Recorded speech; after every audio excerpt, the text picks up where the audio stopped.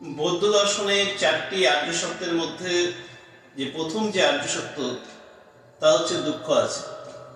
কি করে হচ্ছে আমাদের দুঃখ আসে সেটা নিয়ে বুদ্ধদেব আলোচনা করেছে, যে আমাদের জন্মগ্রহণ করাটাই হচ্ছে দুঃখের।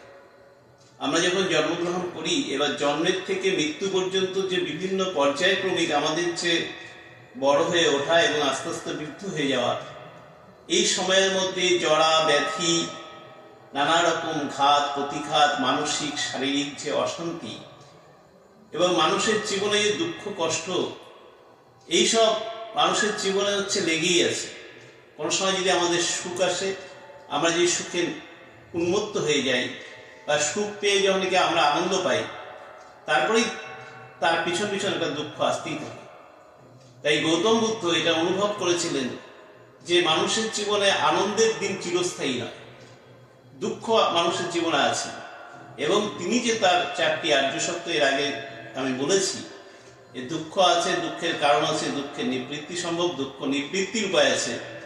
তার মধ্যে তুমি প্রথমটাই বলছি যে দুঃখ আছে। এই যে দুঃখ কি করে আছে সেটাই এতক্ষণ বললাম আমি।